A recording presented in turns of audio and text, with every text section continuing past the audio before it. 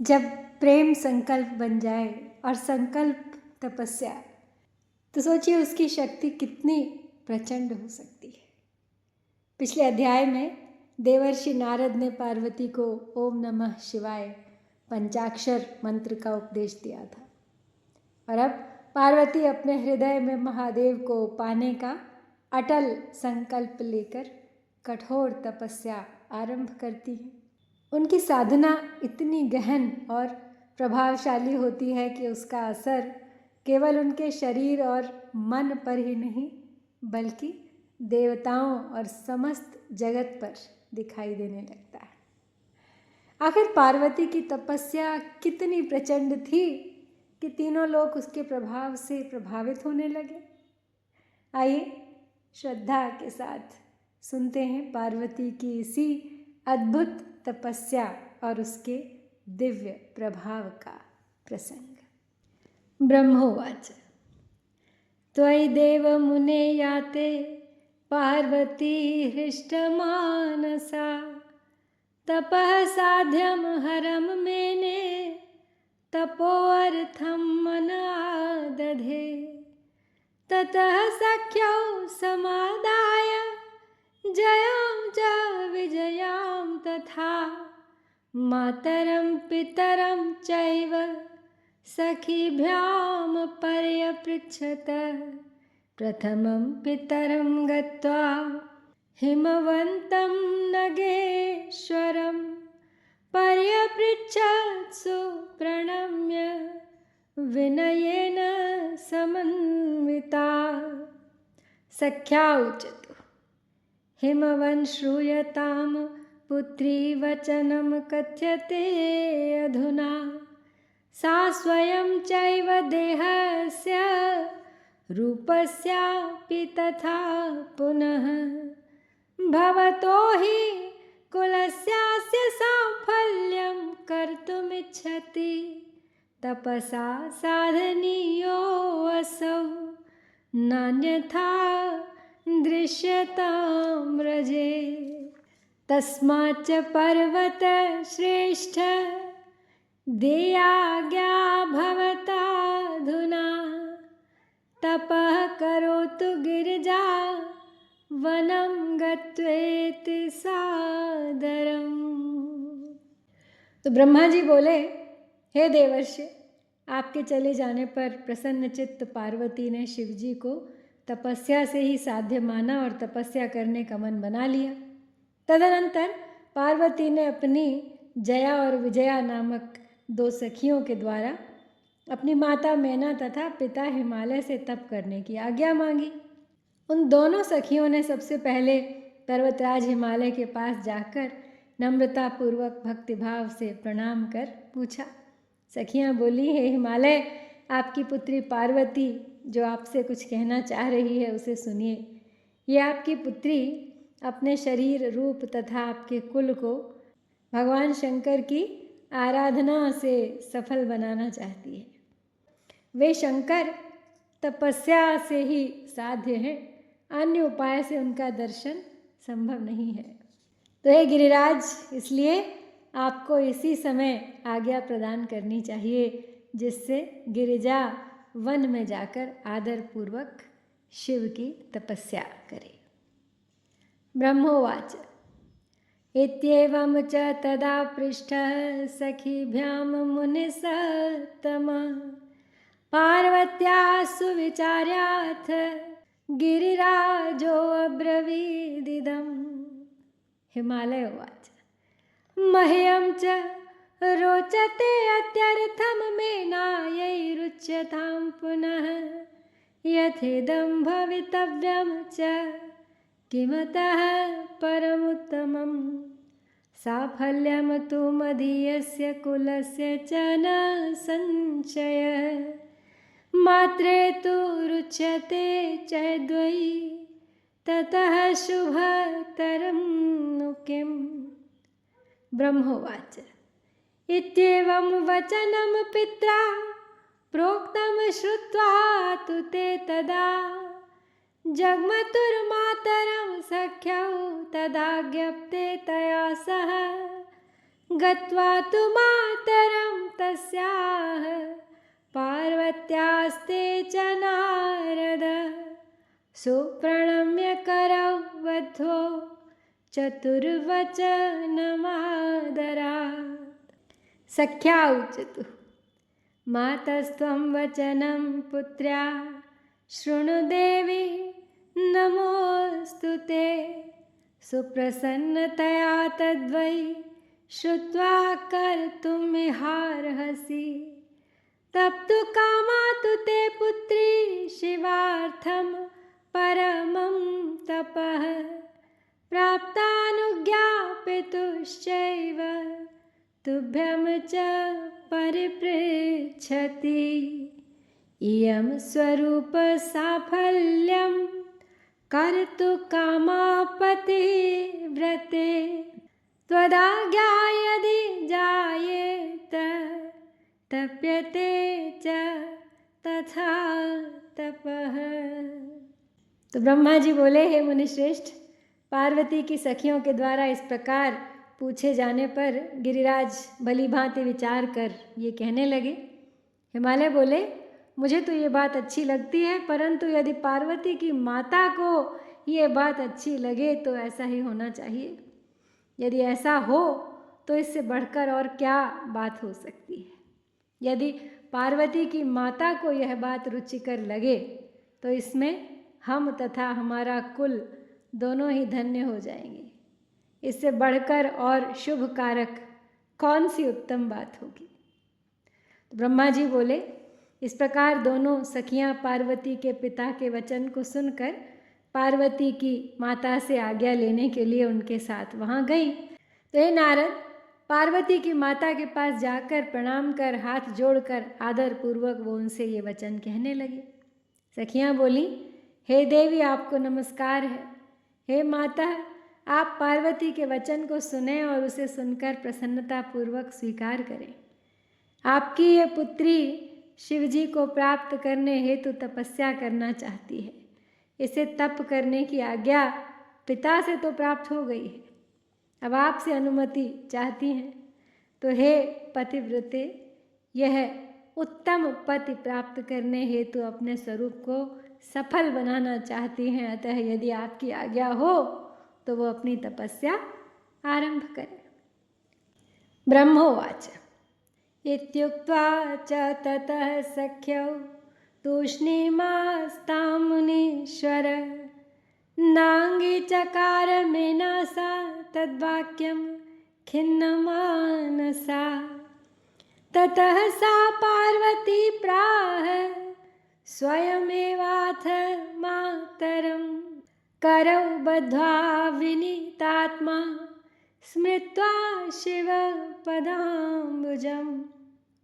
पार्वत्युवाच मातस्तप्तुं गमिष्यामि प्रातः प्राप्तुं महेश्वरम् अजुजानीहि मां गन्तुं तपसे अद्य तपोवनम्।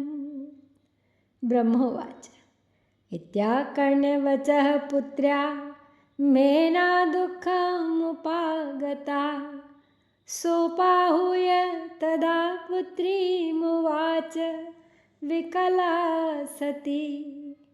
मेनोवाच दुःखितासि शिवे पुत्री तपस्तप्तुं पुरा यदि तपश्चर गृहे अद्य त्वं न बहिर्गच्छ पार्वती। कुत्र यासि तपः कर्तुं देवाः सन्ति गृहे मम तीर्थानि च समस्तानि क्षेत्राणि विविधानि च कर्तव्यो न हठः पुत्री गन्तव्यं न बहिः क्वचित्। साधितं किं त्वया पूर्वं पुनः किं साधयिष्यसि।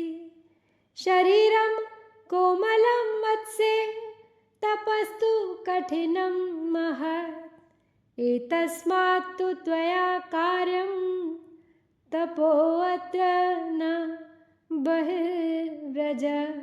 स्त्रीणां तपोवनगतिर्न श्रुता कामनार्थिनी तस्मात् त्वं पुत्री मां कार्षीः तपोर्थम गमनम प्रति।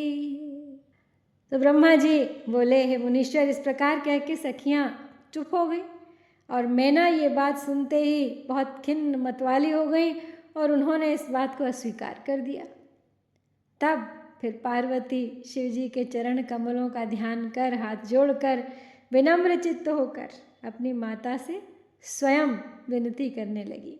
पार्वती बोली, हे माँ, मैं महेश्वर को प्राप्त करने के लिए प्रातःकाल तपस्या हेतु तपोवन जाना चाहती हूँ, अतः आप मुझे जाने के लिए आज ही आज्ञा प्रदान कीजिए। तो ब्रह्मा जी बोले, पुत्री की ये बात सुनकर मैना दुखी हो गई और विकल होकर पुत्री को अपने पास बुलाकर कहने लगी। मैना बोली, हे शिवे, हे पुत्री, यदि तुम दुखी हो और तपस्या करना चाहती हो तो घर में ही तपस्या कर लो। हे पार्वती, बाहर जाने की क्या आवश्यकता है? जब मेरे घर में ही सब देवता, तीर्थ तथा समस्त क्षेत्र विद्यमान हैं, तो तप करने के लिए तुम अन्यत्र कहाँ जा रही हो? हे पुत्री, तुम हठ मत करो और ना तो कहीं बाहर जाओ। तुमने पहले क्या सिद्ध कर लिया जो अब करोगी? हे वत्से, तुम्हारा शरीर कोमल है और तपस्या तो बड़ा ही कठिन कार्य है, इसलिए तुम यहीं घर पे रहकर तपस्या करो, कहीं बाहर मत जाओ। मनोकामना की पूर्ति के लिए स्त्रियों के वन जाने की बात तो मैंने सुनी ही नहीं है, इसलिए हे पुत्री, तपस्या करने के लिए वन गमन का विचार त्याग दो। ब्रह्मोवाच, इत्येवं बहुधा पुत्री तन्मात्रा विनिवारिता, संवदेना सुखम किंचिद् विनाराध्य महेश्वरम, तपो निषिद्धा तपसे वनं गन्तुं च मेनया, हेतुना तेन सोमेति नाम प्राप शिवा तदा, अथ तां दुःखितां ज्ञात्वा मेना शैलप्रिया शिवां, निदेशं सा ददौ तस्याः पार्वत्यास्तपसे मुने, मातुराज्ञा च सम्प्राप्य सुव्रता मुनिसत्तम, ततः स्वान्ते सुखं लेभे पार्वती स्मृतशङ्करा, मातरं पितरं साथ प्रणिपत्य मुदा शिवा, सखीभ्यां च शिवं स्मृत्वा तपस्तप्तुं समुगता, हित्वा मतान्यनेकानि वस्त्राणि विविधानि च, वल्कलानि धृतान्याशु मौञ्जीं बद्ध्वा तु शोभनाम्, हित्वा हारं तथा चर्म मृगस्य परमं धृतं, जगाम तपसे तत्र गंगावतरणं प्रति। तो ब्रह्मा जी बोले नारद जी से कि इस प्रकार उनकी माता ने अनेक प्रकार से पुत्री को वन जाने के लिए मना किया, किंतु शंकर जी की आराधना के बिना कहीं भी उन पार्वती को शांति नहीं मिली। मैना ने बार बार तपस्या के निमित्त वन जाने से उन्हें रोका। इसी कारण से शिवा ने उमा नाम प्राप्त किया। तो हे मुने, इसके बाद तपस्या की अनुमति न मिलने से उन शिवा को दुखी जानकर शैलप्रिया मैना ने पार्वती को तप करने के लिए आज्ञा प्रदान कर दी। तो हे मुनिश्रेष्ठ, माता की आज्ञा पाकर उत्तम व्रत वाली पार्वती ने शंकर का स्मरण करते हुए अपने मन में बड़े सुख का अनुभव किया। तदनंतर शिवा माता पिता को प्रसन्नतापूर्वक प्रणाम कर अपनी दोनों सखियों को साथ लेकर शिव जी का स्मरण करके तपस्या करने के लिए वन की ओर चल पड़ी। उन्होंने अनेक प्रकार के विचारों, प्रिय वस्तुओं तथा नाना प्रकार के वस्त्रों का परित्याग कर, मौंजी मेखला बांधकर सुंदर वलकल को धारण कर लिया और बहुमूल्य हार उतार कर मृग चर्म धारण कर लिया। इसके बाद वे तपस्या करने के लिए गंगावतरण नामक स्थान पर चली गई। शंभुना कुर्वता ध्यानम यत्र दग्धो मनोभवः गंगावतरणो नाम प्रस्थो हिमवतः स च हरशून्योऽथ ददृशे स प्रस्थो हिमभूभृतः काल्या तत्रेत्यभोस्तात् पार्वत्या जगदम्बया यत्र स्थित्वा पुरा शम्भुः तप्तवान् दुस्तरं तपः तत्र क्षणं तु सा स्थित्वा बभूव विरहार्दिता। हा हरेति शिवा तत्र रुदन्ती सा गिरेः सुता विललापाति दुःखार्ता चिंता शोक समन्विता। ततश्चिरेण सा मोहम धैर्या संस्तभ्य पार्वती नियमाया भव तत्र दीक्षिता हिमवत् सुता। तपश्चकार सा तत्र शृंगतीर्थे महोत्तमे गौरी शिखर नामासीत् तत्तपः करणाधित सुंदराश्च द्रुमास्तत्र पवित्रा शिवया मुने आरोपिताः परीक्षार्थं तपसः फलभागिनः भूमिशुद्धिं ततः कृत्वा वेदीं निर्माय सुंदरी तथा तपः समारब्धं मुनीनामपि दुष्करम् विगृह्य मनसा सर्वाणि इन्द्रियाणि सहाशुषा समुपस्थानिके तत्र चकार परमं तपः ग्रीष्मे च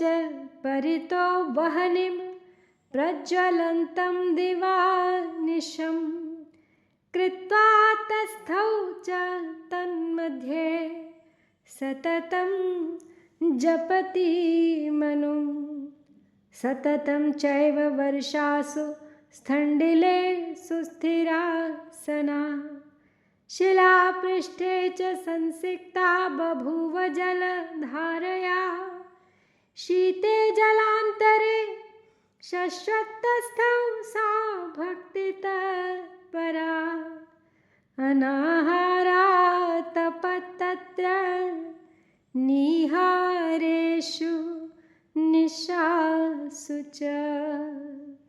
तो ध्यान करते हुए शंकर जी ने जहाँ कामदेव को जलाकर भस्म कर दिया था वही हिमालय का गंगावतरण नाम वाला शिखर है।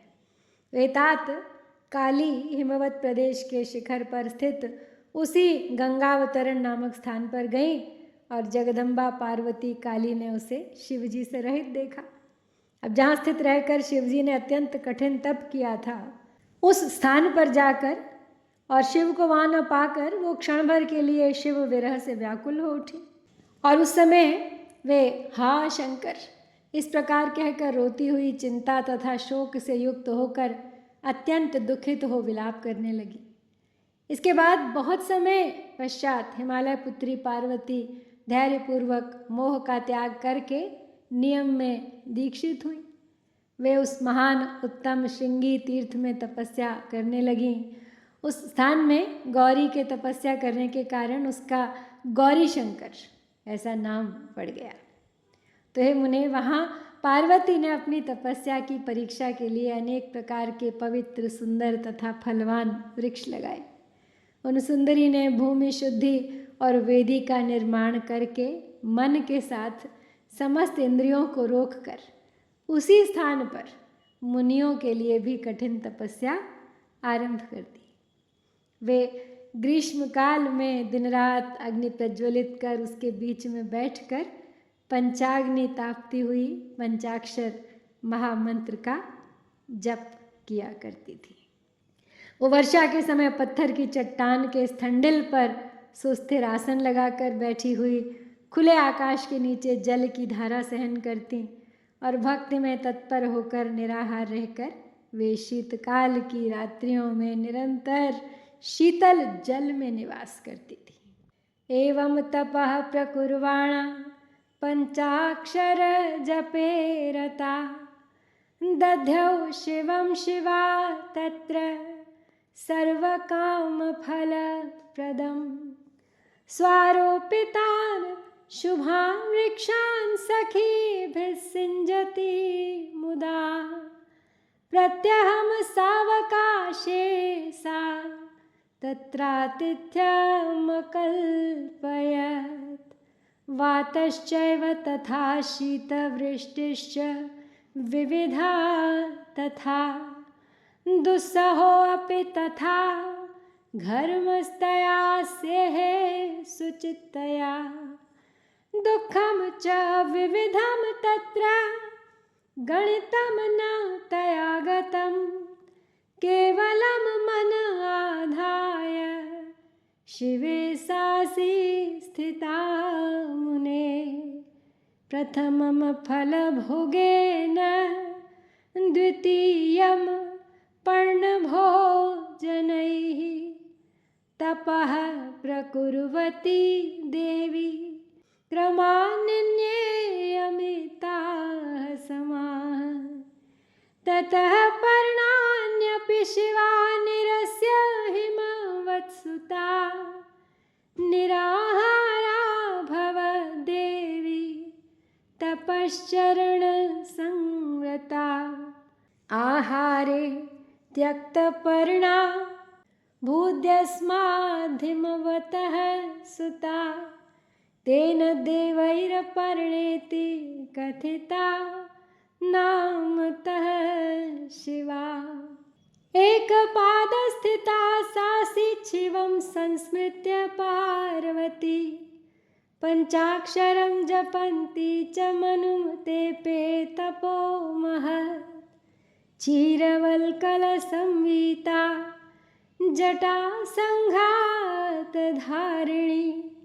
शिवचिंतन संसक्ता जिगाय तपसा मुनि।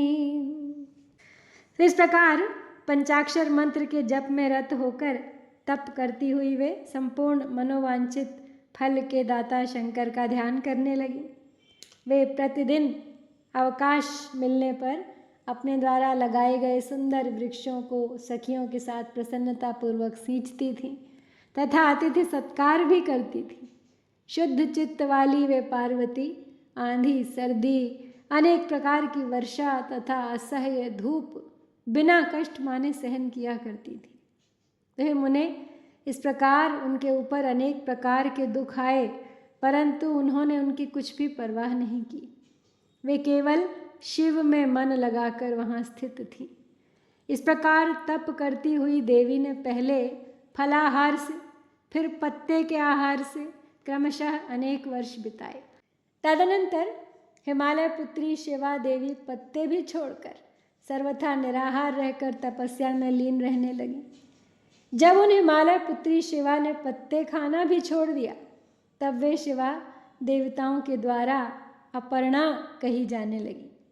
इसके बाद पार्वती भगवान शिव का ध्यान करके एक पैर पर खड़ी होकर पंचाक्षर मंत्र का जप करती हुई कठोर तपस्या करने लगी। उनके अंग चीर और वल्कल से ढके थे।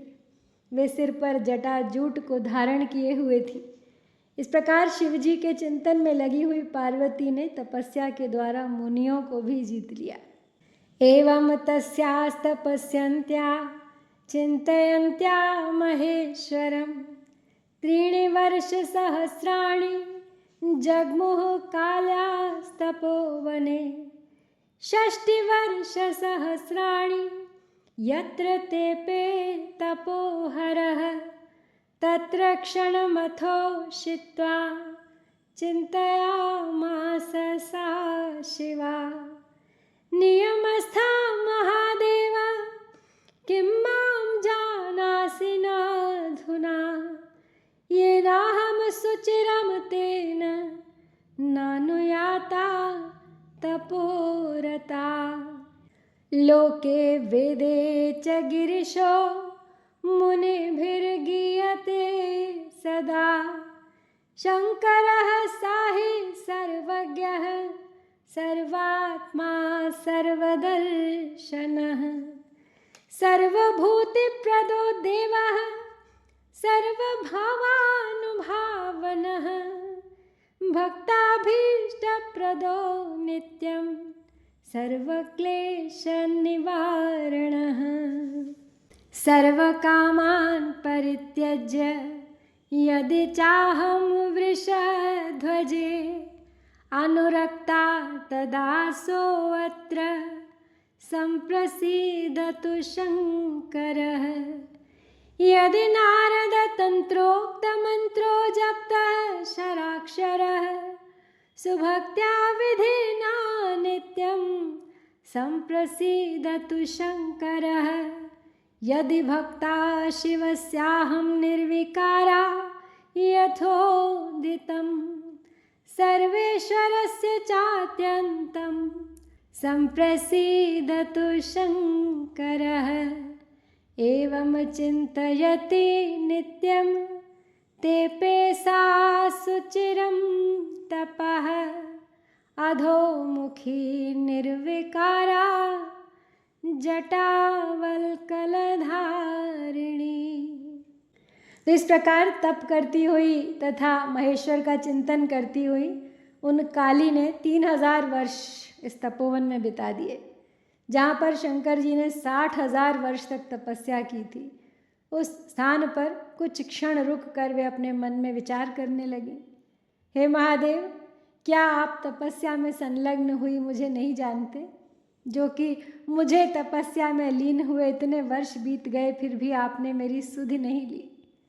लोक एवं वेद में मुनियों द्वारा सदा गान किया जाता है कि भगवान शंकर सर्वज्ञ सर्वात्मा तथा सर्वदर्शन है। वे देव समस्त ऐश्वर्य को प्रदान करने वाले, सब प्रकार के भावों से प्राप्त होने वाले, भक्तों के मनोरथ सदा पूर्ण करने वाले तथा सभी प्रकार के कष्टों को दूर करने वाले हैं। यदि मैं अपनी सारी कामनाओं का त्याग कर मात्र वृषध्वज शंकर में अनुरक्त हूँ तो वे शंकर मुझ पर प्रसन्न हो। यदि मैंने उत्तम भक्ति के साथ विधिपूर्वक नित्य नारद तंत्रोक्त पंचाक्षर मंत्र का जप किया है तो वे शिवजी मेरे ऊपर प्रसन्न हो। यदि मैंने विकार रहित होकर भक्तिपूर्वक सर्वेश्वर शिव का यथोक्त चिंतन किया है तो वे शंकर मुझ पर परम प्रसन्न हो जाएं। और इस तरह नित्य अपने मन में सोचती हुई उन्होंने नीचे की ओर मुख किए एवं जटा वल्कल धारण कर निर्विकार होकर दीर्घ काल तक तप किया। तथा तया तपस्तप्तं मुनीनामपि दुष्करं स्मृत्वा च पुरुषास्तत्र परमं विस्मयं गताः। तत्तपो दर्शनार्थं हि समाजग्मुश्च ते अखिलाः धन्यान् निजान् मन्यमाना जगदुश्चेति सम्मताः।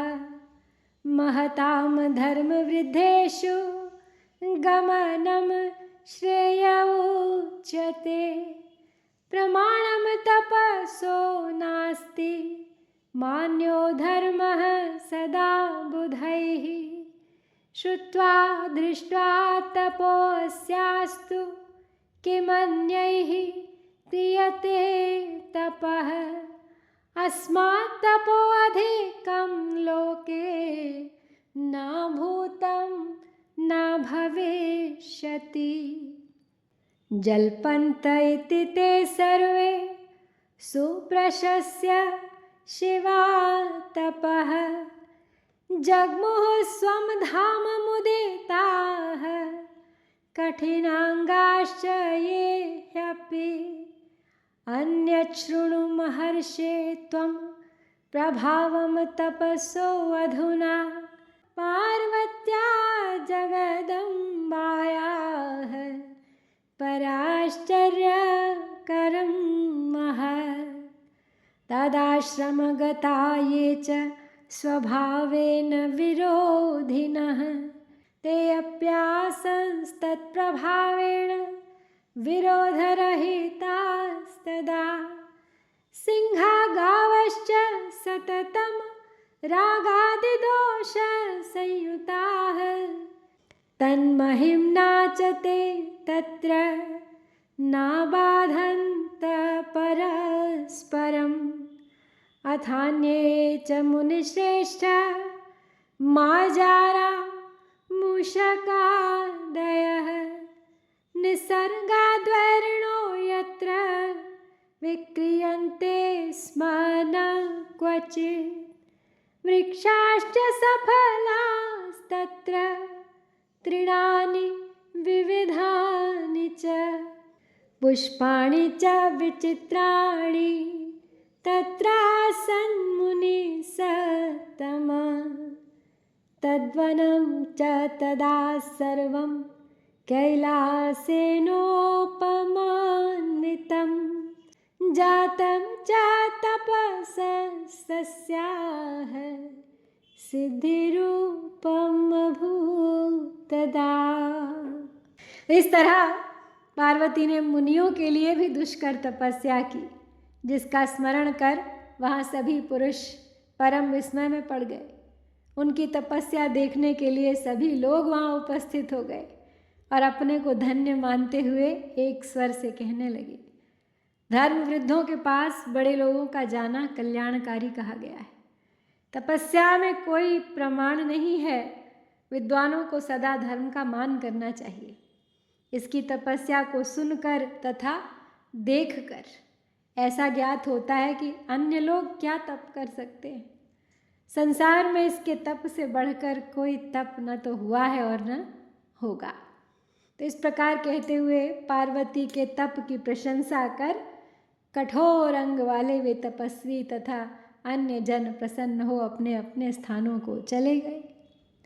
तो ब्रह्मा जी बोले नारद जी से कि हे महर्षि, अब आप जगदम्बा पार्वती की तपस्या के अन्य बड़े प्रभाव को सुनिए, जो महान आश्चर्यजनक चरित्र है।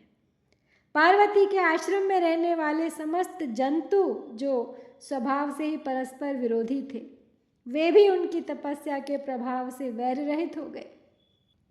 निरंतर राग आदि दोष से युक्त रहने वाले वे सिंह और गौ आदि भी वहाँ उनकी तपस्या की महिमा से परस्पर बाधा नहीं पहुँचाते थे। हे मुनिश्रेष्ठ, मार्जार मूषक आदि भी जो स्वभाव से ही आपस में वैर करने वाले हैं, वे भी एक दूसरे के प्रति कभी विकार भाव नहीं रखते थे। हे मुनि सत्तम, वहाँ फलयुक्त वृक्ष, विविध प्रकार के तृण और विचित्र पुष्प उत्पन्न हो गए।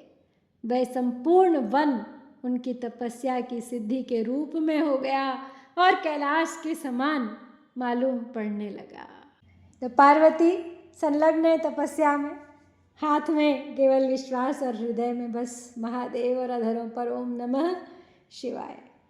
साधारण नहीं है उनकी तपस्या, लेकिन क्या उनकी पुकार पहुँचेगी महादेव के कानों तक, अभी देखना बाकी है। तो शीघ्र मिलेंगे इससे आगे की कथा के साथ अगली प्रस्तुति में। यहाँ पे हम श्री शिव महापुराण के अंतर्गत द्वितीय रुद्र संहिता के तृतीय पार्वती खंड में पार्वती तपस्या वर्णन नामक के 22वां अध्याय पूर्ण करते हैं। ओम श्री सांब शिवाय नमः। जय भारत।